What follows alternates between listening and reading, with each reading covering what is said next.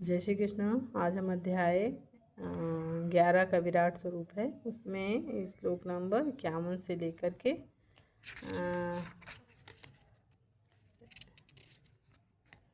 51 से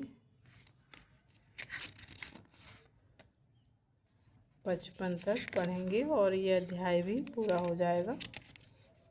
बाकी हम फिर कल से 12वां अध्याय शुरू करेंगे। तो हम शुरू करते हैं 51 श्लोक 51 से लेके के 55 तक का इसको पढ़ेंगे और समझने की कोशिश करेंगे। तो शुरू करते हैं। दृष्टेऽहं मनोमानुषं रूपं तवं सौम्य जनार्दनम् इदानीमस्मि संवृत्तं संचेता प्रकृतिगतः। इसमें कह रहे हैं कि तब अर्जुन ने कृष्ण को उनके आदि रूपों में देखा तो कहा, हे जनार्दन, आपके इस अतीव सुंदर मानवीय रूप को देखकर मैं अब स्थिर चित हूँ और अब मैंने अपनी प्राकृत अवस्था प्राप्त कर ली है।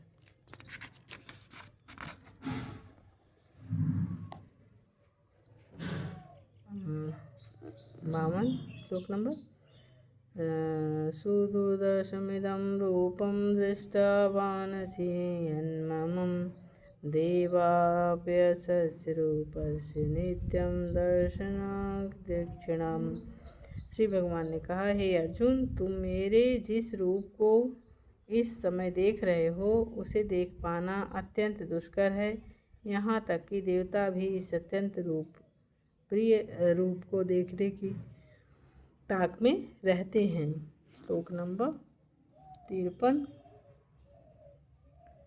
नाहं वेद न तपसा न दानेन च चेज्जया शक्य एव विधो द्रष्टुं दृष्टावानसि माम यथा।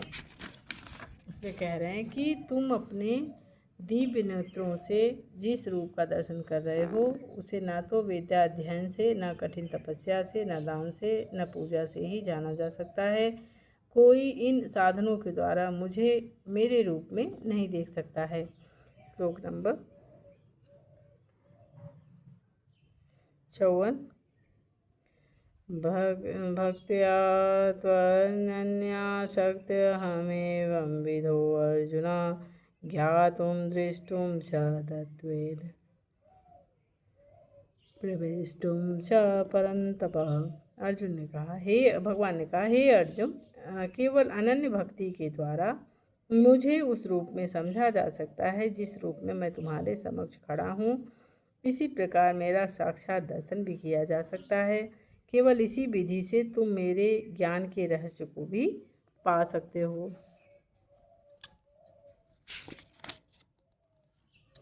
श्लोक नंबर 55।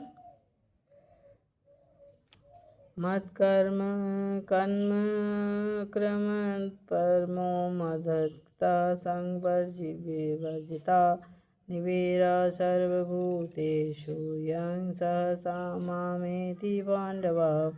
हे अर्जुन, जो व्यक्ति सकाम कर्मों और मनोधर्म के कल्मश से मुक्त होकर मेरी शुद्ध भक्ति में तत्पर रहता है, जो मेरे लिए ही कर्म करता है, जो मुझे ही जीवन लक्ष्य समझता है और जो प्रत्येक जीव से मैत्री भाव रखता है, वह निश्चय ही मुझे प्राप्त करता है। इस प्रकार आज ये अध्याय 11 पूरा हो गया है। अब कल से हम अध्याय 12 शुरू करेंगे भक्ति योग के बारे में। तो जय श्री कृष्ण।